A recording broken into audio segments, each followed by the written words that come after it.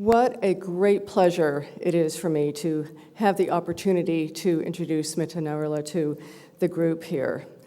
We first came to know each other, I was figuring it's almost 20 years ago now, when Smita was the editor-in-chief of the Harvard Human Rights Journal that was publishing an article of mine as a young academic.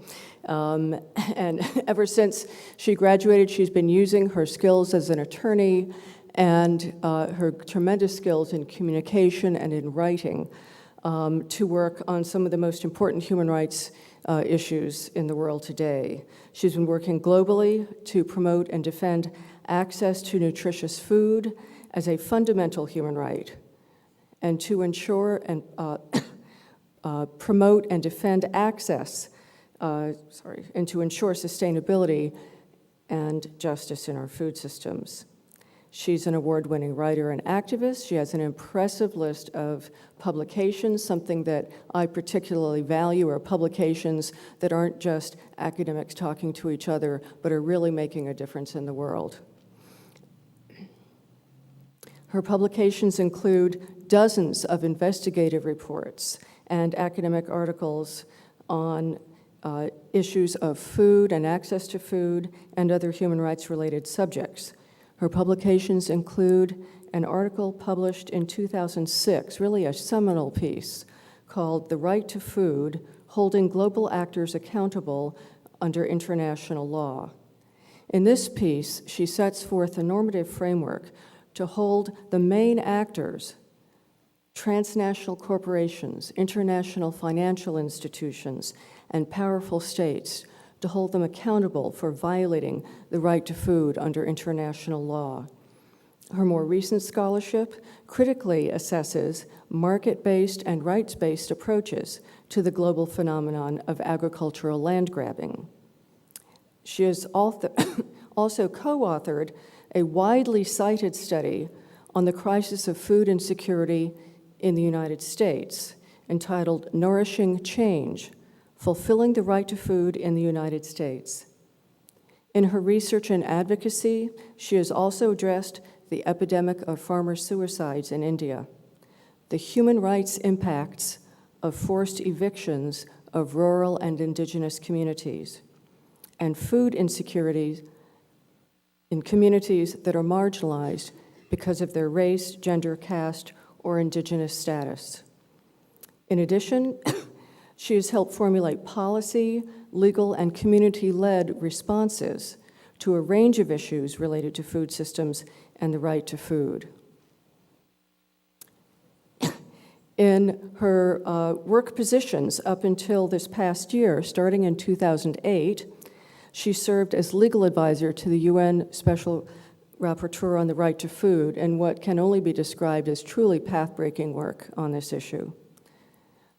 From 2013 until last year, she was also the co-director at New York University School of Law of the Center for Human Rights and Global Justice, together with a longtime human rights colleague, Meg Satterthwaite, and she was professor of the International Human Rights Clinic. Prior to that, for 5 years, she was at Human Rights Watch, serving as India researcher and senior researcher for South Asia. In that capacity, she helped spearhead a grassroots campaign and an international network to support the right to equality of millions affected by caste-based discrimination and untouchability practices throughout the world. She's a graduate of Brown University and Harvard Law School, who regularly briefs the United Nations, government officials, civil society groups, and the media on her findings. She is currently a fellow in Human Rights and Public Policy at the Roosevelt House Public Policy Institute at Hunter College. Please help me warmly welcome Smita Narula.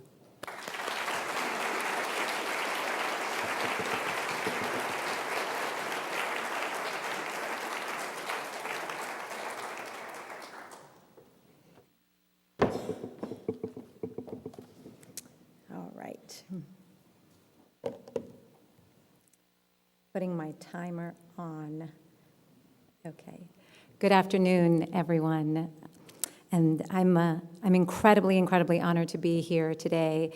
And I'm so thankful to the organizers, to UVM, to Vermont Law School, and everybody involved in putting this summit together, and for inviting me to take part in this conversation. And I'm also extremely thankful to Stephanie for that very warm introduction, and incredibly moved that it is you that gave that introduction.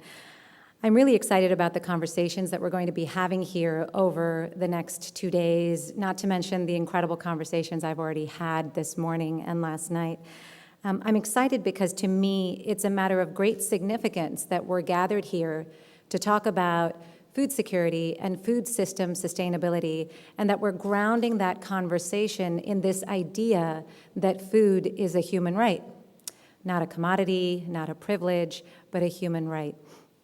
It's significant because, as I hope to talk to you, to convince you today, how we talk about food matters. And I'm here to address some of the behavioral and cultural considerations, and the way that I thought I would do that is to talk about the ways in which we think about food, which ends up driving the policies and solutions that we have around food, and that a lot of that thinking is actually based in cultures and history of how we perceive rights. It's also significant because we don't normally talk about food as a human right in the United States, this despite the fact that 1 in 6 Americans are food insecure, which to me is a very sort of sanitized and palatable way of saying that 49 million Americans are facing a perpetual daily crisis when it comes to their food. They're in a daily food crisis. And that crisis, and Jamie already talked about it, is manifest through these extremely impossible trade-offs that people have to make. Impossible. Am I going to put enough food on the table, or am I going to keep my heat on? Am I going to pay my rent? Am I going to put food on the table, or am I going to have access to life-saving medicines? That's what hunger and food insecurity looks like in the United States. It looks like these incredibly difficult trade-offs. Hunger affects a broad spectrum of people, including those living above the poverty line, but it's important to note that Black and Hispanic families and households headed by single mothers are extremely hard hit, and especially hard hit. And I say that because you can't really have a conversation about food security or hunger without talking about its racial and gender-based dimensions. Hunger also intersects with and fuels our epidemic of obesity and other diet-related diseases in the country today, and that's because, as Jamie also mentioned, low-income communities often have to make very difficult trade-offs between the quantity and the quality of their food. And that's a result of our food system. We are currently in a food system where, on average, it costs $3 to buy $3 will buy you 3,767 calories of processed food or junk food, but only 312 calories of fresh fruits and vegetables. And that's a result of a lot of our food policies, and that's the impact that it's having on our communities and on our bodies. And then there's the impact that this food crisis is having on the education, the health, and the psyche of an entire generation of children. We've now arrived at a point where a majority of the children in our public schools are living in poverty. A majority of the children in our public schools are living in poverty.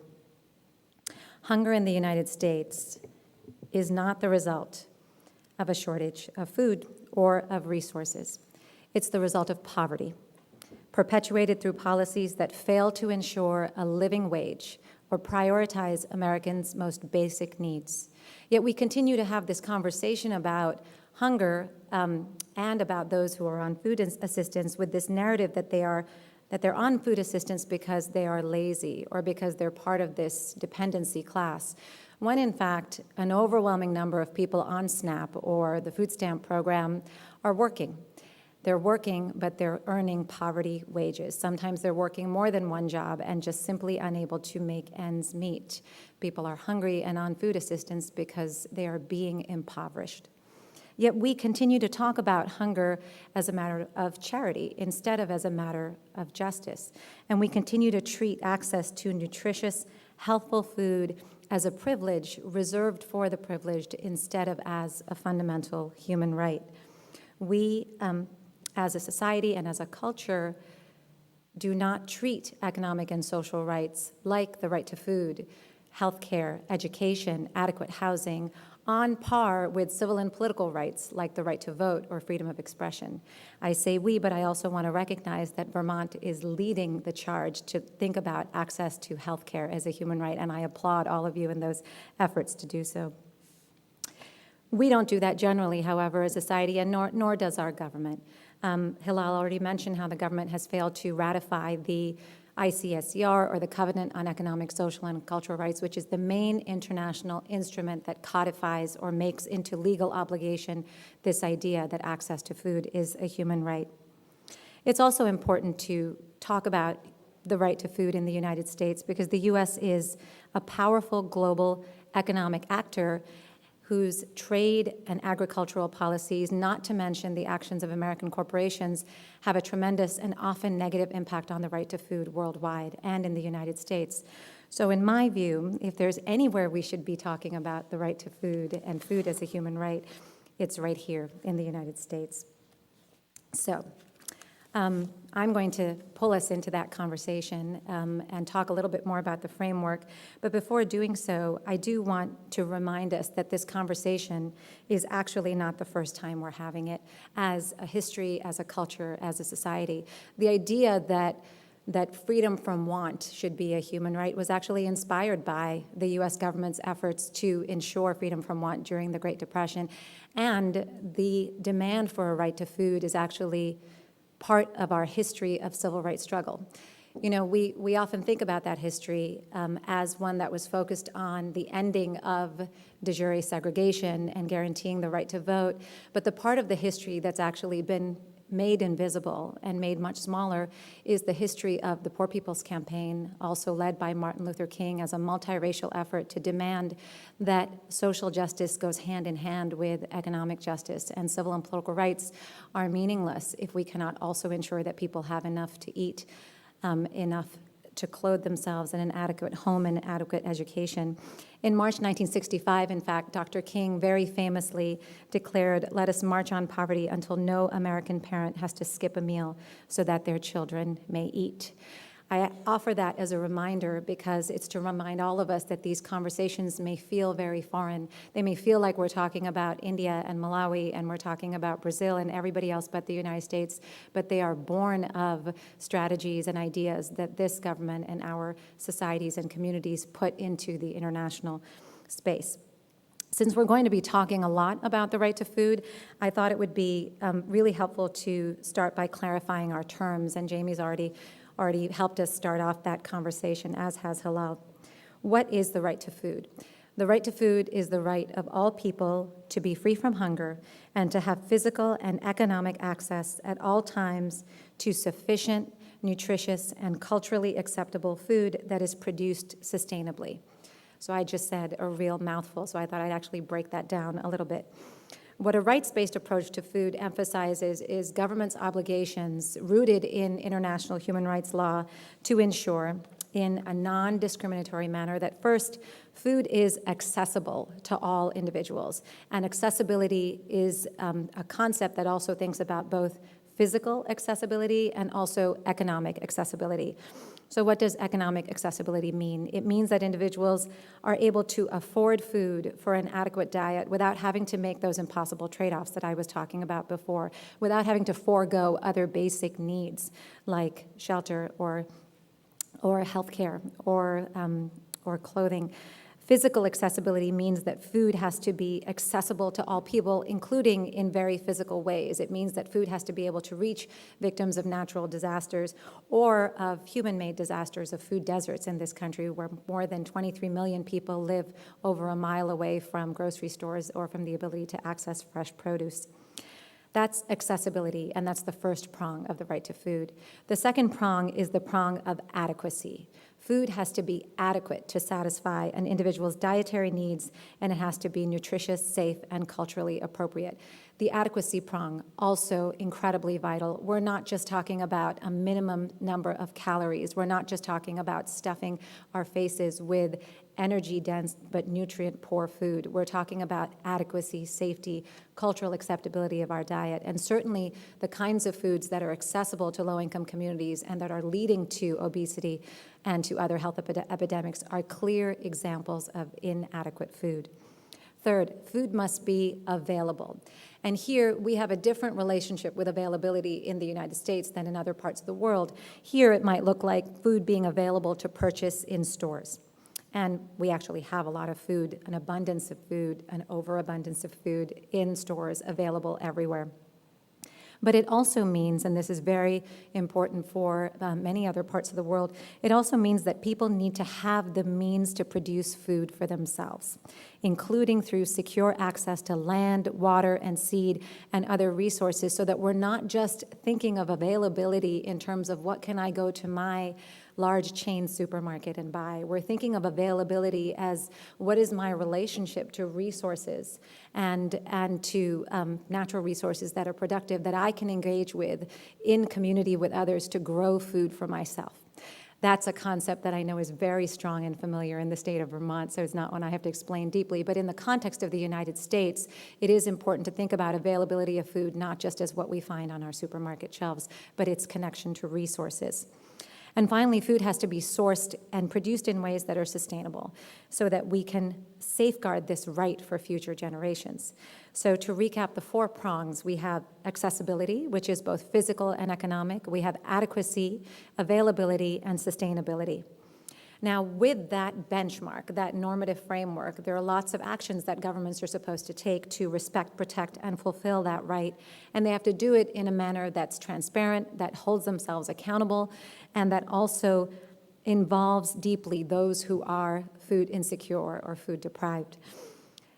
Among other things, governments are supposed to regulate the activities of corporations that are getting in the way or undermining the right to food. They're supposed to be proactively engaging in activities that are intended to strengthen people's access to and utilization of resources. That means supporting the idea of a living wage or strengthening people's access to resources so that they can provide food for themselves. In situations where people are unable to provide that food for themselves, governments must implement effective social programs so that people can be provided with that food directly. That's the framework, or at least a piece of it. And I hope that what that leaves you with the impression with is that contrary to popular perception, the right to food is not about a minimum number of calories, and it's not simply the right to government entitlements. It is, in fact, my interpretation and reading of it and how it has been used in the conversation in rights-based movements, in food sovereignty struggles as well, in part. It's the right to a political and economic system, including a food system wherein all people are empowered to provide for themselves in a dignified, healthy, and sustainable way. That, to me, is a remarkable concept, the idea that you have a right to be able to live in an economic, political, and food system where you can provide for yourself in community with others in a healthy, sustainable, and dignified way. And I underscore dignity in this conversation because so many people who have been deprived of these rights have been robbed of a sense of dignity and agency over their lives. So that's the right to food. What I'm hoping is that you're going to walk away from this talk feeling, as I do, that the right to food as both a framework and also as a political strategy is a really important tool in our struggle to end hunger and to deliver a food system that is sustainable, nourishing, and just. And specifically, as I hope my talk will make clear, there are 3 reasons why, at least, I think it's an important tool. The first is that a rights-based approach offers a really strong counter-narrative to the ways that we talk about hunger today and how we devise the solutions. It thinks about the problem differently, and it states the problem differently. Second, it helps drive at very different solutions than the conventional solutions that we're dealing with today. Fulfilling the right to food demands a robust systemic response as opposed to the piecemeal responses that we're seeing, and it also recommends deep transformative action in our food system. And finally, and perhaps I think most importantly, it provides a language of struggle and of a shared struggle and resistance that I think can help unite what are emerging as incredibly interesting and important food movements in different spaces with other social struggles that are all aiming at some of the same issues and outcomes that we're looking for today. And that's how I'm going to structure the remainder of my talk. I'm going to talk about the right to food as a diagnosis of the problem or as a narrative, how the framework is used to drive different solutions, and how we can use it as a political strategy. But before I get into those 3 points, I do want to note that the right to food framework is, of course, it's not the only tool, and it is an imperfect tool that has its limitations and is subject to critique. And like all tools, it has to be talked about in a nuanced way. One of the critiques, of course, is that we're talking about a very state-centric, top-down approach. What are governments supposed to do, as opposed to thinking about bottom-up initiatives? Another critique is that in focusing so much on governments, it's actually not focusing as much on corporations, international financial institutions, or foreign states that have deep impacts on our food system and on the right to food. And it centers human beings in a conversation that's really about ecology and how we as human beings can be respectful of the ecological spaces that we're in.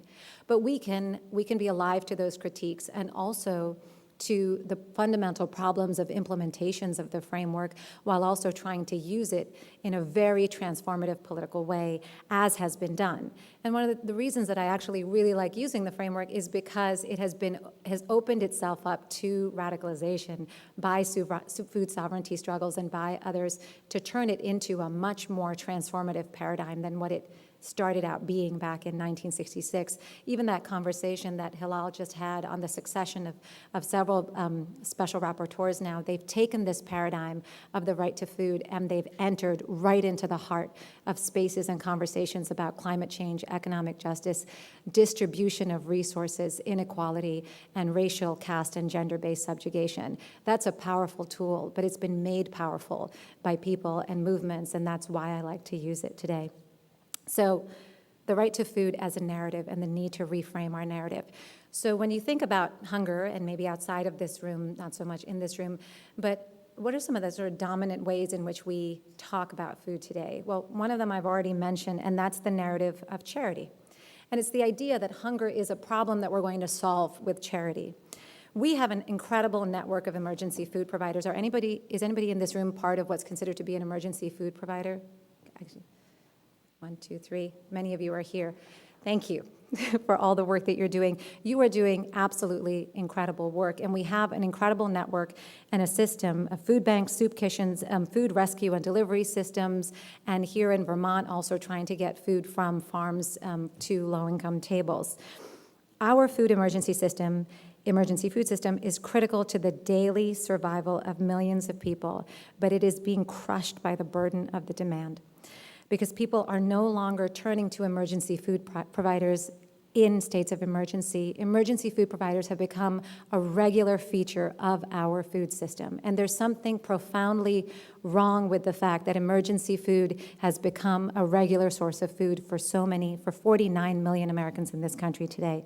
Part of the reason that's happened is because SNAP has been so woefully insufficient in addressing even the direct government entitled piece, not to mention the broader socioeconomic inequalities that are driving hunger. Charitable approaches are also problematic because they attend to the symptoms, but they're not diagnosing this disease of inequality I was just talking about. And moreover, the narrative of charity really displaces a much-needed conversation about justice. One analogy that I can think of when I try to explain that is how every year Walmart puts out a canned food drive, not for the community, but for its own employees, so that they can have enough food for Thanksgiving and for the holidays. The idea that Walmart, and you all know the significance of this corporation in our imagination in this conversation, is putting out a drive for canned food so that its own employees can eat, to me, is an amazing capturing of the idea of charity and a displacement of a conversation around justice and the need for living wages.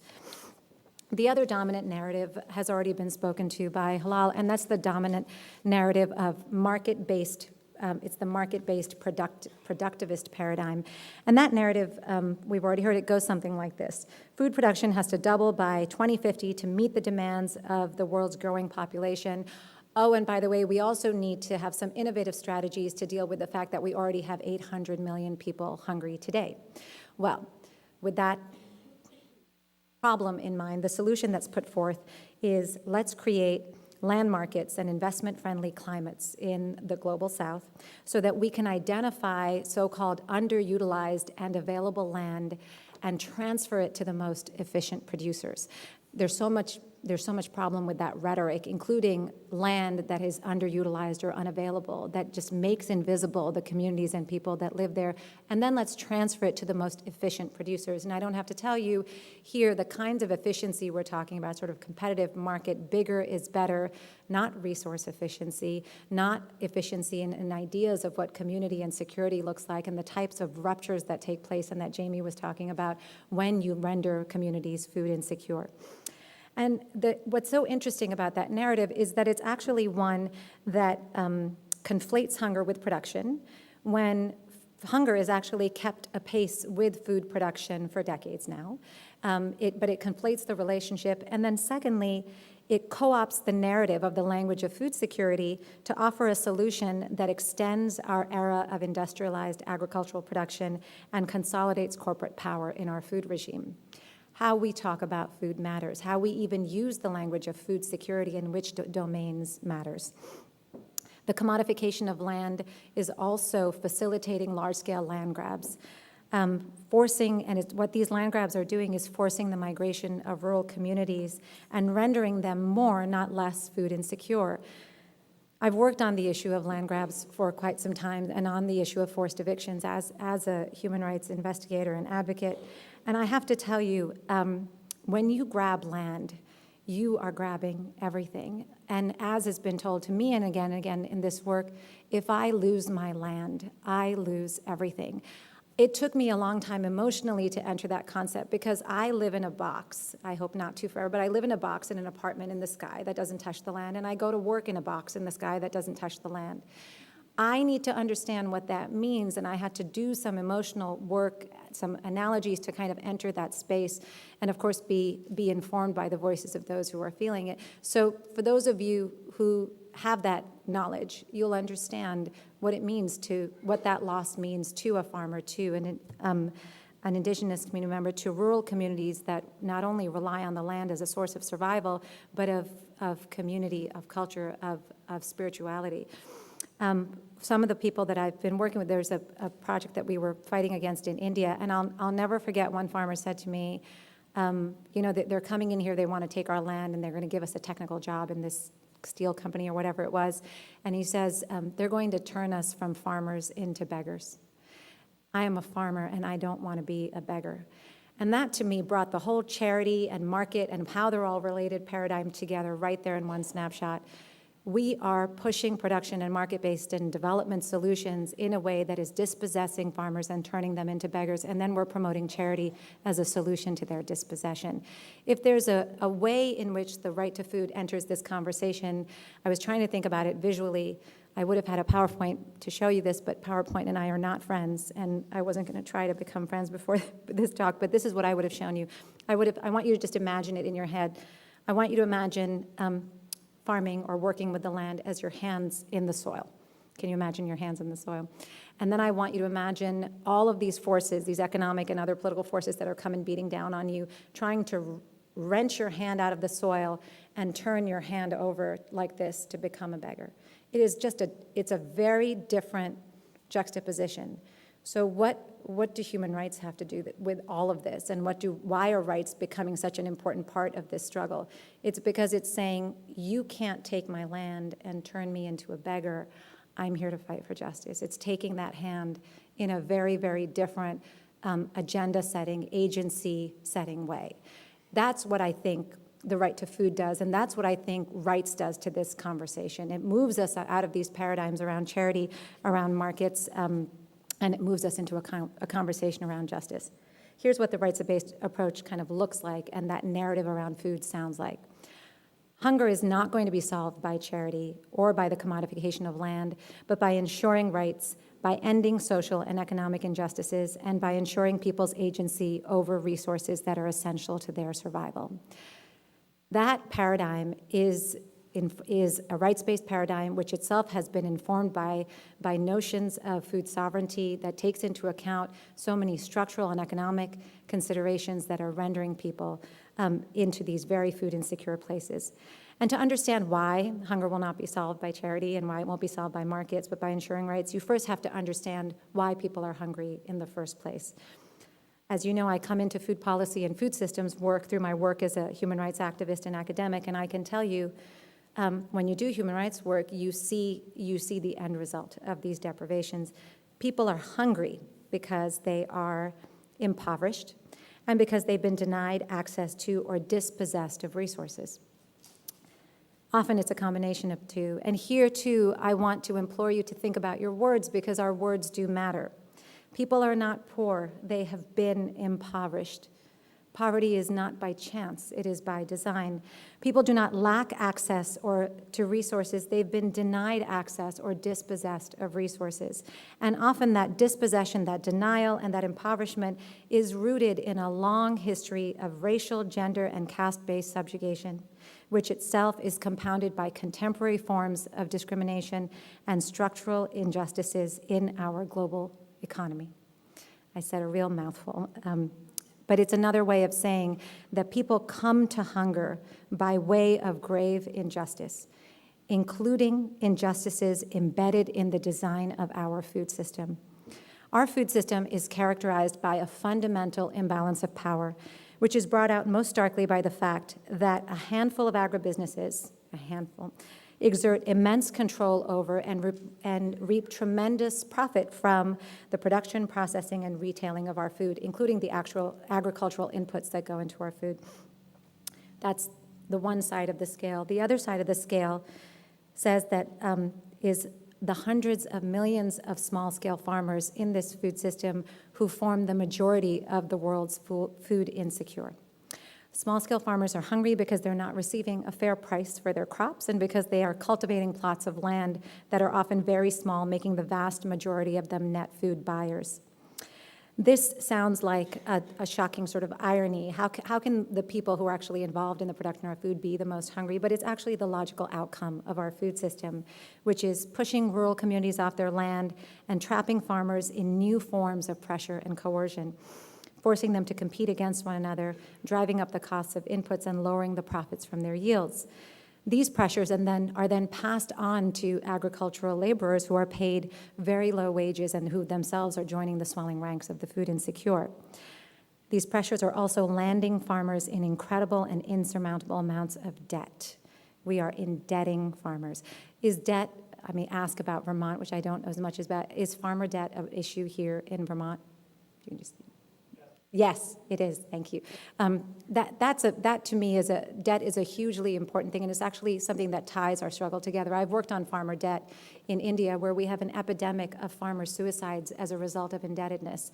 250,000 Indian farmers have committed suicide since 1995, more than 250,000, and the proximate cause of those suicides is farmer indebtedness. That's an average of one farmer every 30 minutes. By the time I step off this stage, on average, at least 2 more farmers will have killed themselves because of the crushing impact of our current food system on agency and on dignity and power that small-scale farmers exert in this system. Our food system is also an obnoxious source of human rights violations, right? That's another part of the work that I've done, has been able to sort of see some of these violations firsthand. Part of those violations, everything I'm talking about, in my view, is a human rights violation, but in the way that we tend to think of it, sort of repression of activists, state-sponsored killings, and criminalization of human rights defenders, land rights defenders, peasants' organizations and movements are being crushed by state forces who are complicit with corporate actors to ensure that people aren't standing up and actually fighting against the kinds of dispossession that they're facing. We're very removed from these abuses in our food system, and we're very removed from abuses against migrant workers in our system, against agricultural laborers. We're very, very far from it because there's so many veils that get in the way of that. And one part of those veils is sort of we have a culture of a love affair with food. And food porn, as some people call it, and hiding behind that is incredible forms of dispossession and abuse. So the reason I like talking about food as a human right and bringing rights into the conversation is because using the narrative of rights surfaces these abuses. It enables a conversation about power, who has it, who yields it, to whose benefit and to whose detriment. And it reveals that people are not hungry by chance, but they're hungry by design. Moreover, it names hunger as an injustice. And it's very difficult to correct an injustice if it's not first considered unjust. It's very difficult to correct an injustice if it's not first considered unjust. If you take away from this just one idea, it's to start thinking about hunger around us and to think about it as an injustice as well as all of the injustices that led to that dispossession in the first place, right here in the United States. And if we start to think about it in those terms, what are the kinds of strategies that you think that would drive? So that's the second reason why I like having a rights-based conversation is because it drives a very different set of solutions than the solutions that I spoke about a little bit earlier.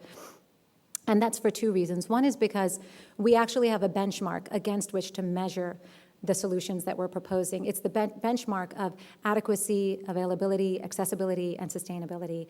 And for that to be a framework and an availability for all people, not for a few. If you have that as a benchmark, if you have a normative outcome, then you can actually assess all of your strategies against that outcome. It's quite amazing to be entering a lot of conversations about food without even a benchmark against which you are measuring the kinds of strategies that you're taking. The second thing that a rights-based approach does is that it actually centers the voices and the knowledge and the agency of those who are involved in our food system and who are most food insecure in the conversation. You ask the question, what is it that those who are most affected by these injustices, what do they see as the solution to these problems? And that's also a very different starting point. And when you ask that question, here's what you'll hear and here's what you won't hear. And I've asked that question a lot. And no one says, I want more charity. No one says, I want more corporate control over my land, my water, my seeds. No one says that. What do they actually say? I want socioeconomic justice. I want an end to wage theft. I want an end to other abusive labor practices. I want us to curb rabid income inequality and wealth distribution. I want to earn a living wage so I can provide for myself and my family in a dignified way. I want an end to racial, gender, and caste-based subjugation. I want access to land and resources so I can produce and provide. I don't want to be a beggar. They also talk about power and agency in food policies and food systems, or the idea of sovereignty over resources and direct and agency and over decision-making, but also over time and space and communications with one another. These voices have been sidelined in favor of very technocratic approaches, marketized approaches, ideas around commodification. Even the technology that we're using, we use satellite imagery to try to figure out which lands are available or underutilized so that we can boost their yields and their effective, production potential. Satellite imagery, I mean, how far do you have to be from the land to use satellite imagery? I think about it somewhat ways as sort of the agricultural equivalent of drone warfare on indigenous communities. You are identifying lands and basically targeting for absorption into the market. I don't use that analogy lightly. I know it's a powerful one, but I use it precisely to explain the devastation of those processes on entire communities to their survival, and not to mention our ecosystem and on climate change. So a rights-based approach asks a different set of questions. All of these processes lead to a different set of outcomes because it asks these questions. And the fundamental question is not how do we feed the world, but how do we empower individuals and communities to feed themselves with dignity and with rights in a sustainable manner. So it's not just how much food are we producing, but for whom, with what nutritional value, and with what ecological impacts. if those are the questions you're asking, then what are some of the strategies or the policies that are coming out of it? And here I have to say the policies and the outcomes are going to be very context specific. In the US, it might look like having a strong social safety net, as well as a living wage, and as well as a national framework law about food that connects our policies around trade, agriculture, public health, economics, et cetera, in a way that actually recognizes that they come together and have a profound impact on communities within and outside the United States. We don't have those connections. We have a government, we have food entitlements, which are incredibly important, but those two are very porous. They don't reach all the food insecure, and they're certainly not providing enough benefits that people need. What does it mean for our food system? What are some of the strategies that are coming up? Well, you take our food system, you measure it against the requirement of availability, accessibility, adequacy, and sustainability, and you know that the food systems that we've inherited from the 20th century have spectacularly failed on every account, and I mean the dominant corporate food systems. We are not looking to tweak or adjust those food systems, and neither are those who are involved in these food systems as the producers. What are people looking for? They're looking for transformation. They don't want tweaks and reforms. They're looking to disrupt the design. How do you disrupt the design? There's so many ideas that are coming forward, and that's what's so incredibly exciting about the work that's happening right now. And it's driven by this fundamental philosophy that the people who produce, distribute, and consume food should be put at the center of food policies and food systems and not markets and corporations. But it's also been driven by ideas about how we produce food, the kinds of practices that we engage with, including agroecological practices, which Claire's going to talk about and which we've been talking about yesterday and today, as incredibly exciting because it's not only this, it's a wonderful way about sharing farmer-to-farmer knowledge and a technology and building community, but it's a political project. It's an ecological project, but it's also a political project about reinserting agency into small-scale food systems and removing the dependency on the inputs that we are so dependent on. There are also so many ideas about localizing food systems, which I know Vermont is leading the charge on, and so many other strategies that are coming up. It's an exciting moment with these strategies. One of the strategies that I want to emphasize is in relation to land, because I think it's so seminal to all of the conversations and the pieces of this, and that is that you return the land to small farmers. Despite being squeezed out of land and resources, small-scale farmers produce the majority of the world's food. And small farms help feed the planet because instead of producing commodities for the global market, they prioritize food production and they focus on local and national markets as well as their own families, particularly female farmers focus on those aspects in their own families. And here, gender plays an enormous, enormous role. We need agrarian reforms that support small-scale farming and that honor the role that women play in farming. When I talk about farming, when I was talking about India, how many of you were imagining female farmers when I said that? Oh, I'm so glad. That's not the norm. Usually, it's the image of a male farmer. Women have become so invisible in farming that we don't even give them the title or the identity of farmer. And these opportunities, these new forms that are coming up, and these like bottom-up initiatives are actually also incredible opportunities for the empowerment of women, which is essential for a lot of these conversations.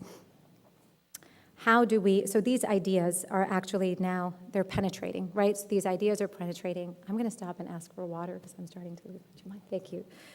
We have an abundance of ideas. We have an abundance of strategies. They've infiltrated rice-based frameworks, and we have an abundance of people leading by example. What we don't have and what we suffer from is implementation. These ideas are even penetrating. Thank you.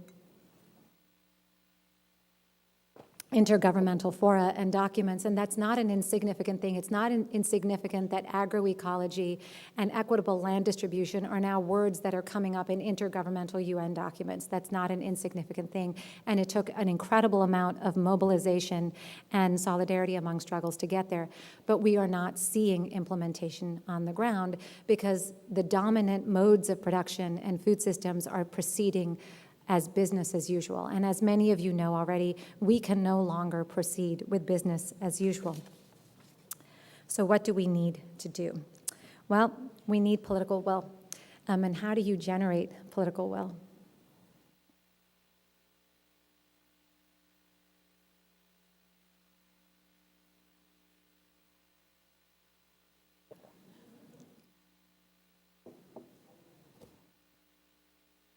Thank you. You organize, and you demand change. Frederick Douglass very famously said, "Power concedes nothing without a demand. It never has, and it never will."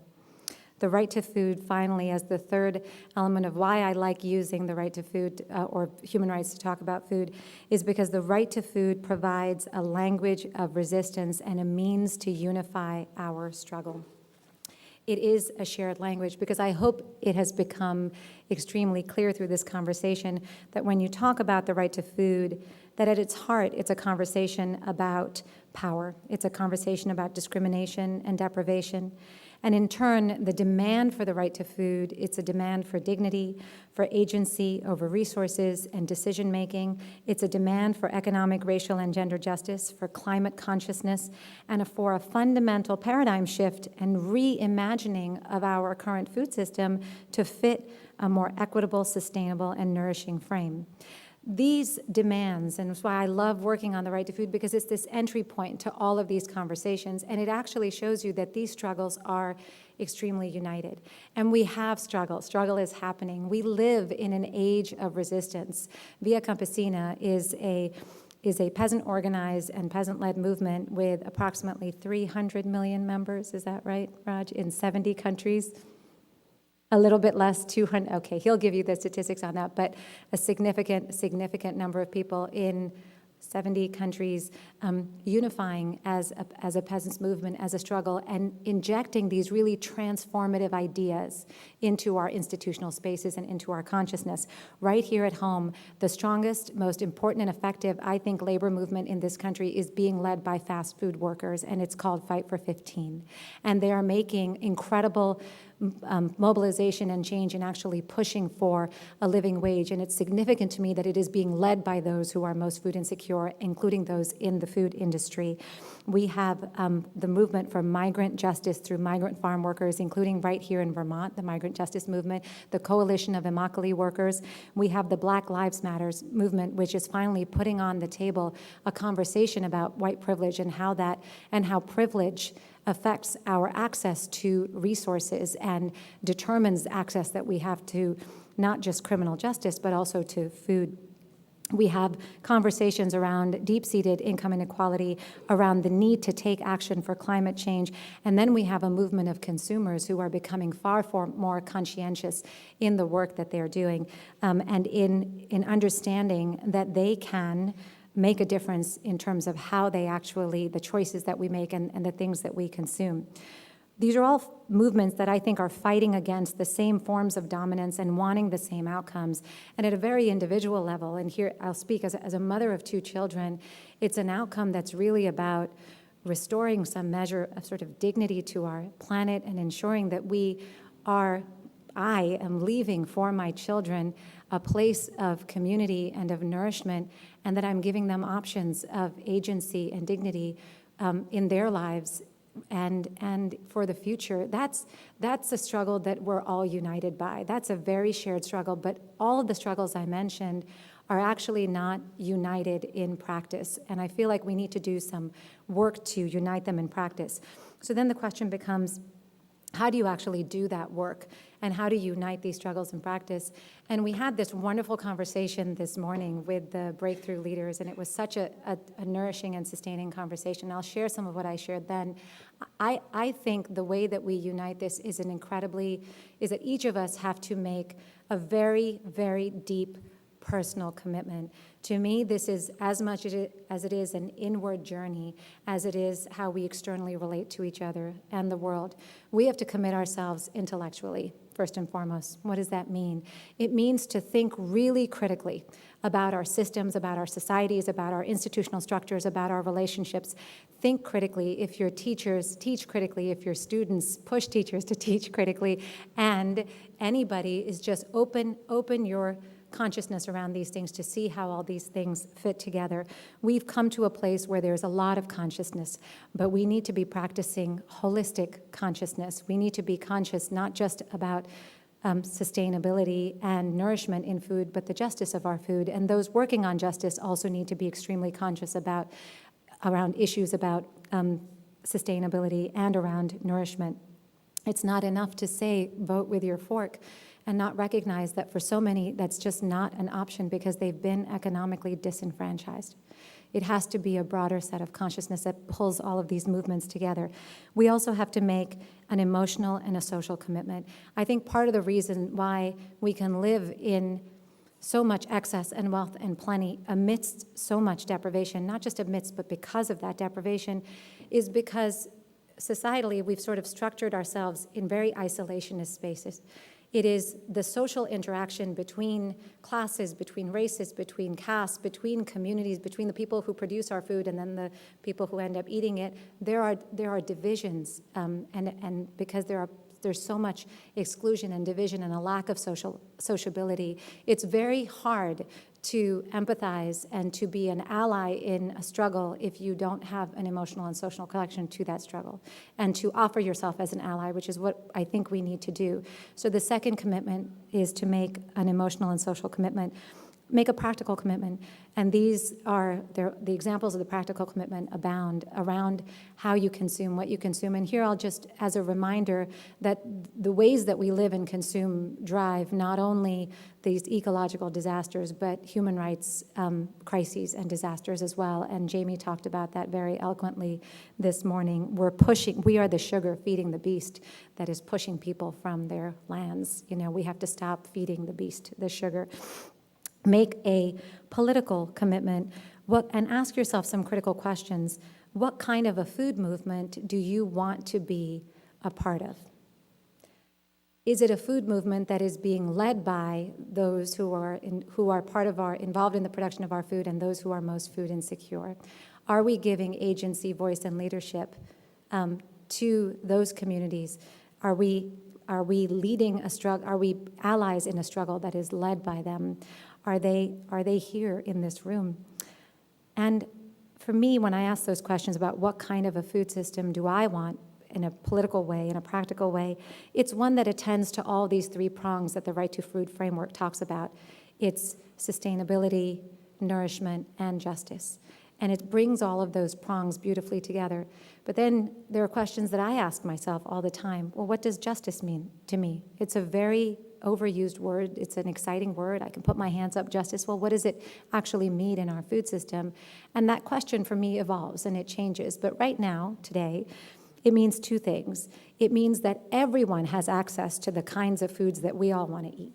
Everyone has access to it. It's my friend Nancy Romer wrote a great article, and it was like, so that everybody can buy that organic arugula, and not just me, that everybody has access to nourishing food.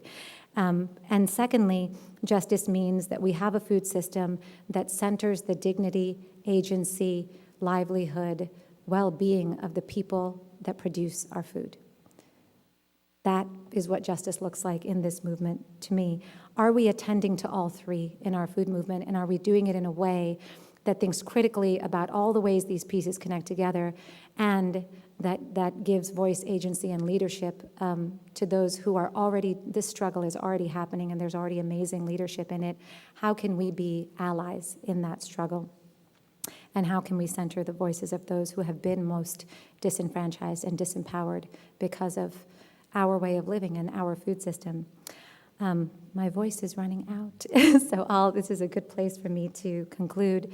I guess I'll conclude with the thought that I believe that ensuring the right to food in the vast, robust way that I've described it is one of the most major human rights challenges of our time.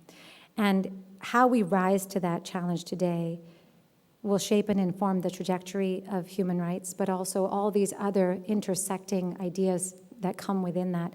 And it will inform the trajectory of human rights and of humanity for generations to come. I also believe that we cannot meet this paramount challenge unless the way that the different approaches that we have actually come together and unite in this very thoughtful, holistic, conscious way, and that we allow ourselves to be involved as allies in a struggle that really is related and really is shared, and that is emerging in tremendous, tremendous ways to demand more justice in our food system. Thank you.